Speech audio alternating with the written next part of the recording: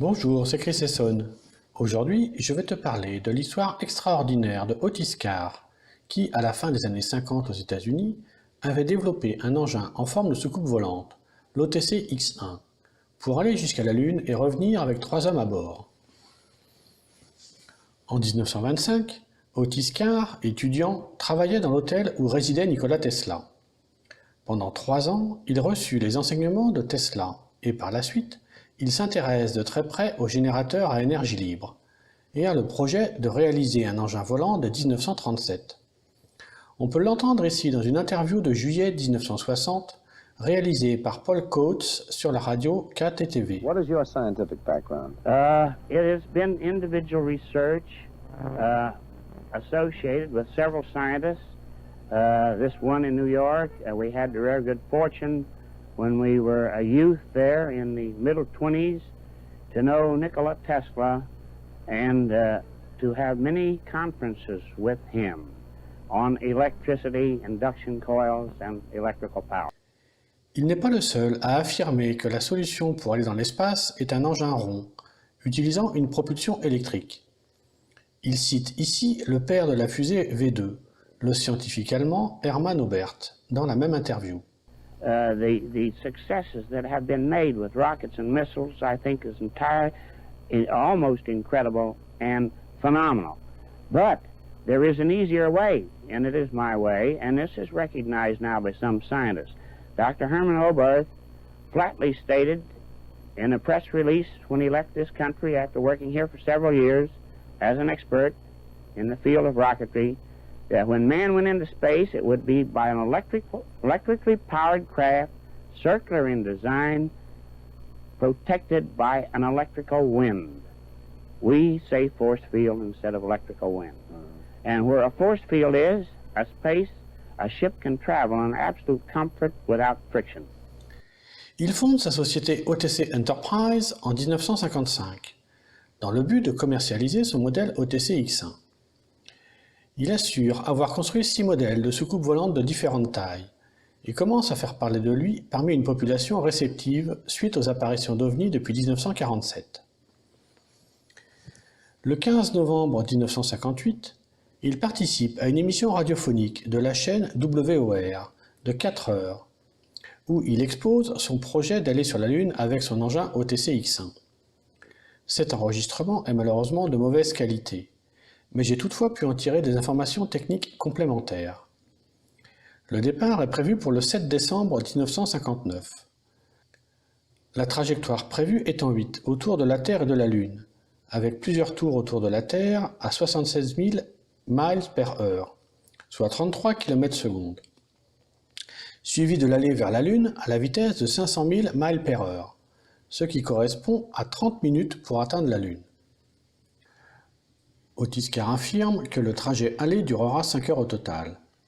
L'OTC X1 orbitera autour de la Lune avant de revenir.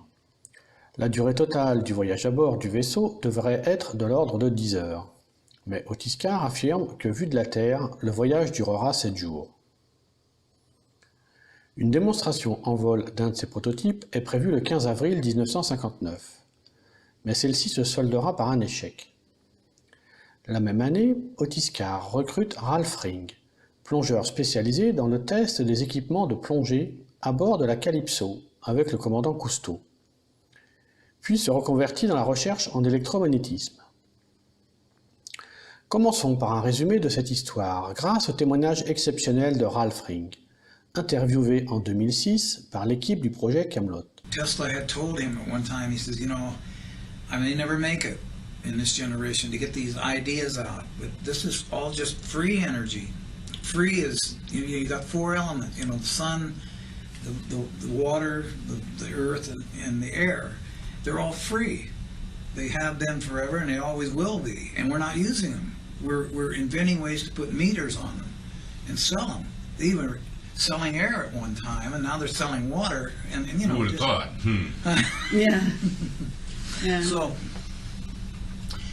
So Tesla told him, all this that I'm sharing with you, and he thought Carr was brilliant. He thought that, he was grasping everything that Tesla was telling him, because Carr had been into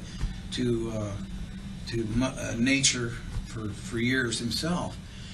He said, if I don't make it, or when I don't make it, he said, I probably won't make it, you take it and pass it on. And if you don't make it, pass it on. Basically, Carr did exactly what Tesla asked him to do. Yes. He took it forward. Yeah. In a sense, you are taking forward what Carr... Oh, you bet. What Carr... I mean, you seem to be the person, you know, that's like a descendant of Carr in that line. Am I right? Yeah. Yeah, I would say so. It's here. Whether it's here today or tomorrow, it's here. It's rapidly approaching the point where it has to be, not want to be, but has to be. And where was this based now? Where was your group based? Okay, this was in Costa Mesa, California, where these understanding meetings were, and that's where I met Carr. Okay. But they found out that they were after Carr. He was having all kinds of misses. They were trying to quiet his efforts, you know. They were trying to... When you say he was having misses, actually people were trying to kill him? Yeah. Yeah. Yeah, they were threatening, and then you know, he'd have to be very careful where he went, because he'd find people kind of, you know, very curiously observing him, and you know, things like that. I'm glad you mentioned Van Tassel. I forgot. I had ordered from Europe Tesla's big book, and it did get to me, and I was going through all the patents and everything in the big book. This was before I met Carr, and so I took a trip. I got in my car, and because I was going to try and meet people that would be more receptive. More receptive. And I took this Bible down to Giant Rock, Joshua Tree, California, and met with Van Tassel, and we had a nice talk. And I said, you know, I was supposed to give you this. You know, I can't. I'm out of this phase of this. I don't know where I'm going or what I'm going to do, but this is it. And I gave it to him, and I remember it was getting late that afternoon or evening, and I went out and laid on a hillside, and I looked up in the sky, and I saw hundreds, if not thousands, of whatever they were, UFOs. Spaceships, different various shapes. Really? Yeah, they're like green lights or whatever. I don't know. There were hundreds and hundreds. They were coming over, and they'd stop and come down and go up and around. And oh my God, this is really, you know, this is really. And what I said, what is this for? And what I got was because you did what you did. Mm-hmm. And wow, this is. I was really. So it's like a thank you demonstration of a sort. Right. Wow. And I just. That's amazing. You know, I chilled all over. Like, if you build it, we will come. Oh man! So then I got back, and then they had set up the meeting with Carr, and then we got down into the laboratory down in Hesperia in Apple Valley,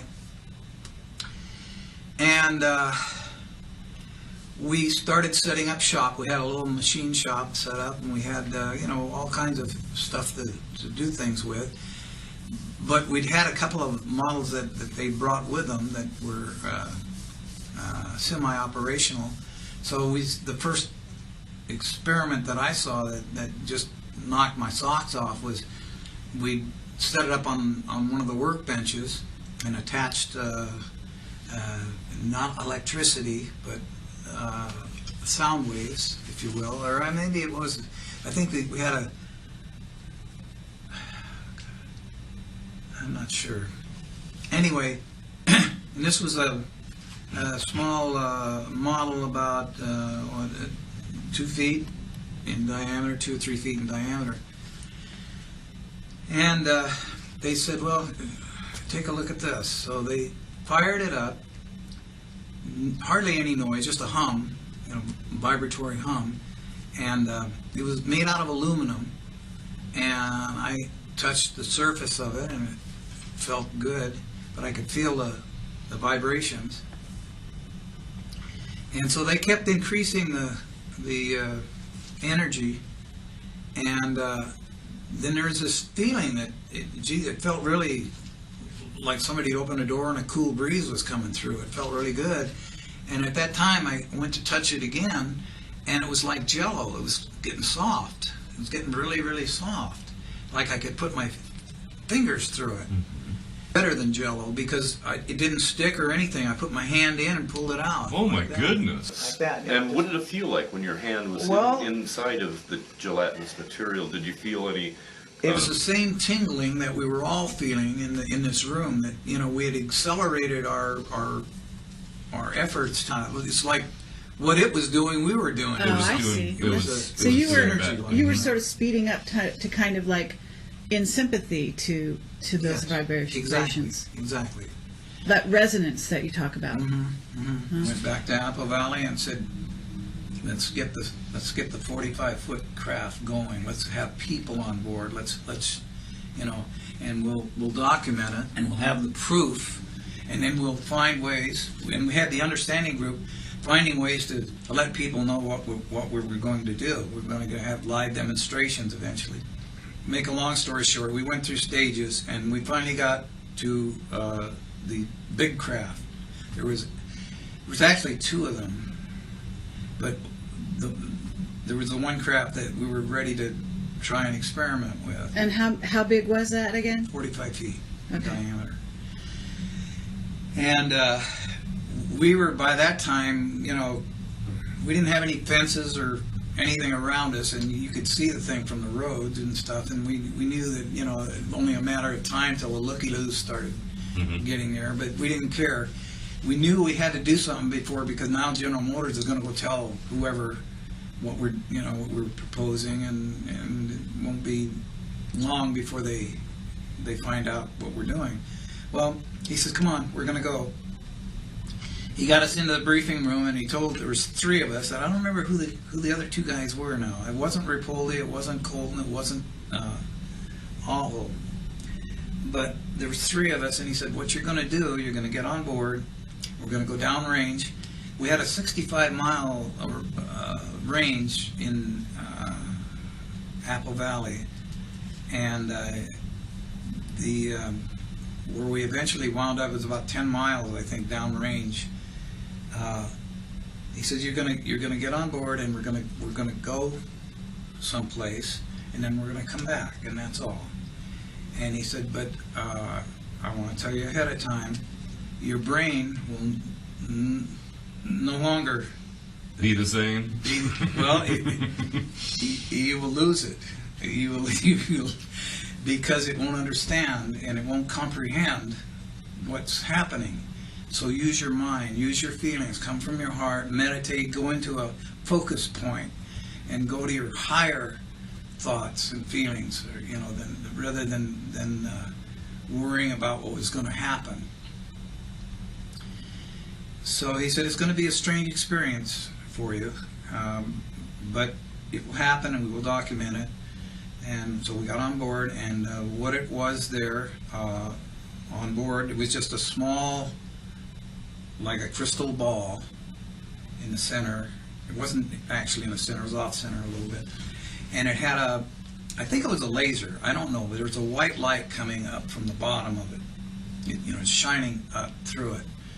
And it just beautifully broke the color spectrum into, like, from infrared, red, orange, yellow, all the way around 360 degrees. And to anywhere you wanted to go, any degree you wanted to go in the color spectrum was there. And I said, boy, that's beautiful.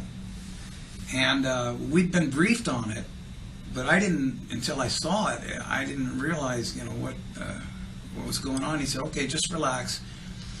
We're going to go to an area that symbolizes. He used to use symbols a lot. I mean, he'd say, talking is useless. You have to use higher than talking is symbols, is to reach the mind. Taking in pictures. In pictures, right. He said talking is, the car, we were in touch. I don't know if we had walkie-talkie, I don't know, but I remember we were in touch. And he said, okay, we're going to Aquamarine, that's over there, and hang on, boys, let's go. So we sat there, and I'm just doing this from memory, and So you're all collectively focusing the same collective thought right, on to feed this Aquamarine. energy in a center of a focal point, which was this ball. Right. And this ball then started just closing down and focusing on aquamarine. The whole thing became aquamarine. And I said, my God, this is, how did he do that, you know? And he told us later that we were a part of it doing it because we were focused on it. And I said, this is There's great. this biofeedback mechanism that's synergistic. Yeah. So we got focused on it, and then I was waiting for the thing to move now, and nothing seemed to happen. Nothing, you know. And then Carr said, "Okay, boys, get out of the craft and see what's going on." Well, didn't it work, or what happened? He said, "Come on, get out of the craft."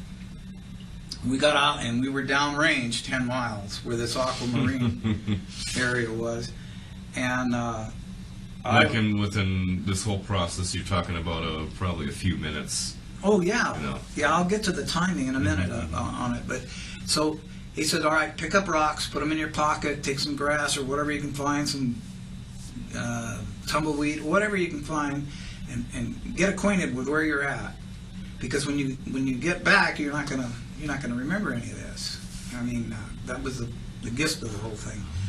So we did, and we got back on board, and then we were back, and we got out of the craft, went into debriefing, and said, "Well, what happened? You know, we thought, you know, it didn't work, did it?" He said, "You don't think it worked? Check your pockets."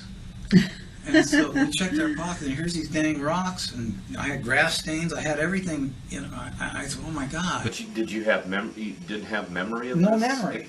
Oh, amazing. No memory. Your memory was... Right. No memory at all. I remembered later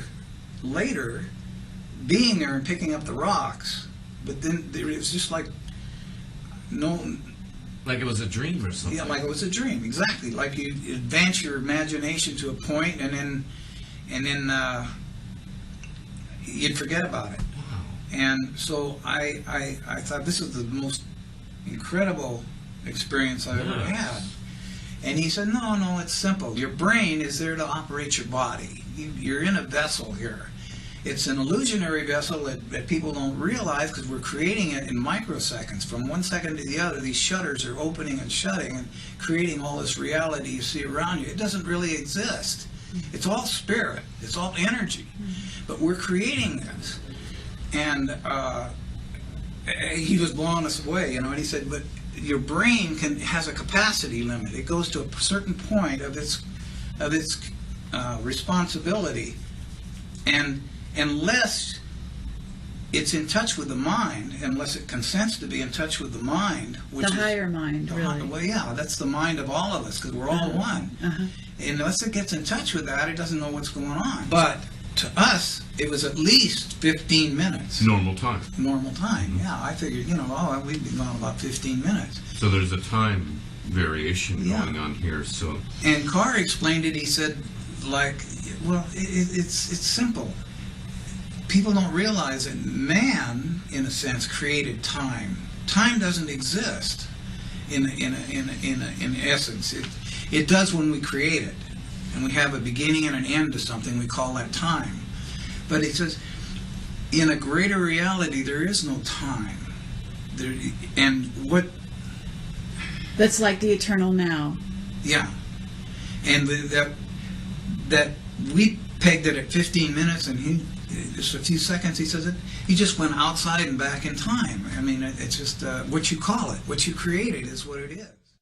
And since then, I've had experiences that, you know, have told me that just don't talk about it to anybody, because you know it doesn't. Most people are not interested because they're tied up with the creature comforts and so forth.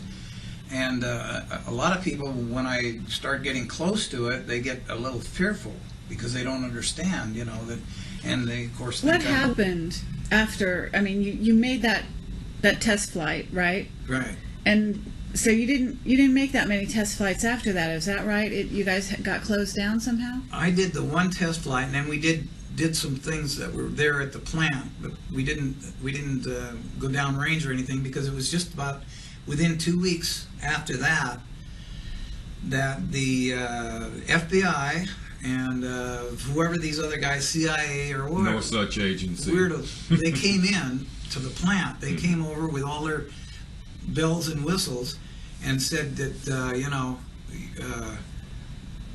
you're shutting down right now. And we asked why, and they said, well, because of your threat to overthrow the monetary system of the United States of America. That was their ploy, that was their... And the issues of national security and what have you. Pour faire connaître ses travaux et aussi collecter des fonds, Otis Carr utilise un subterfuge et les publie dans un brevet daté de 1959, sous la forme d'une attraction de fête foraine, qu'il espère installer dans un Disneyland. Le brevet, appelé Amusement Device, est une réplique statique de sa soucoupe volante et donne les plans, sauf le détail du câblage électrique. L'OTC X1 comprend 2 armatures, emboîtées l'une dans l'autre, tournant en sens opposé.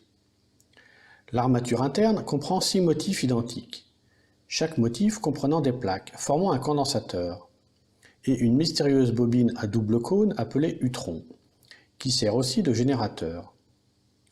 L'armature externe comprend 12 motifs identiques. Chaque motif comprend ce qu'Otis Carr appelle un électro-aimant, mais il s'agirait plutôt de la bobine secondaire d'une bobine de Tesla, activée par le passage des bobines Utron.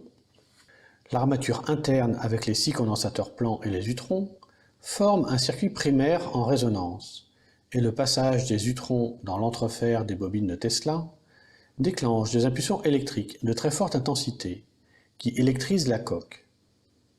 Dans son interview radiophonique de 1958, Otis Carr indique atteindre une tension de 1,5 million de volts et que la vitesse de rotation de chaque armature en contrarotation est de 580 tours minute.